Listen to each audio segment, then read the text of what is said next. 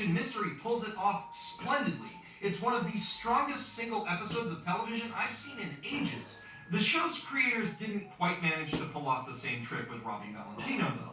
The sullen teenager, played by Silicon Valley's T.J. Miller, who was born to voice disaffected douchebags, serves as Dipper's romantic rival and briefly as Wendy's boyfriend.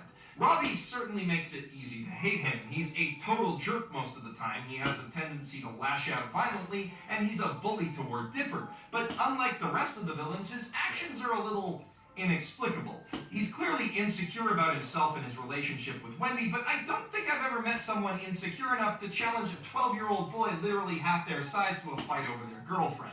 Maybe it's just because I could never really take Dipper's crush on Wendy seriously as a plot point. A 12-year-old kid chasing after a 15-year-old was never going to end well, and the way the art style emphasizes the difference in their ages really hammers that home. But Robbie just comes across as being a jerk for no reason.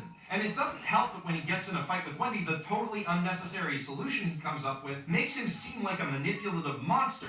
The show tries to redeem him by having him move on and find someone new, but it doesn't even come as a result of his own agency. Robbie kind of falls into the background in his own stories, too. You'll probably remember his episodes more for memorable secondary characters like Rumble McSkirmish and several times instead of anything he does personally. As a main character, he's kind of weak. Fortunately, the rest of the main villains are a lot more interesting. The third villain we're introduced to is Gideon Gleeful, played by a delightfully unhinged Thurop Von Orman, the creator of the marvelous misadventures of Flapjack. There's an interesting trend in Gravity Falls where some of the most memorable characters are played by showrunners. Out of all of them, Justin Roiland included, surprisingly, I think Von Orman does the best job. Hand over the key to the Mystery Shack right now, or Greyheart will have fallen! This is Gideon, by the way. His Gideon is a perfect blend of precocious child, televangelist preacher, and southern fried con man. He manages to make the character feel funny while exuding a distinctive sense of creeping menace. And you really need that for Gideon, a selfish, spoiled brat who uses a journal of his own to run a psychic scam in Gravity Falls. Gideon wants three things in life: power, money, and Mabel, and he'll use anything at his disposal to get a hold of them.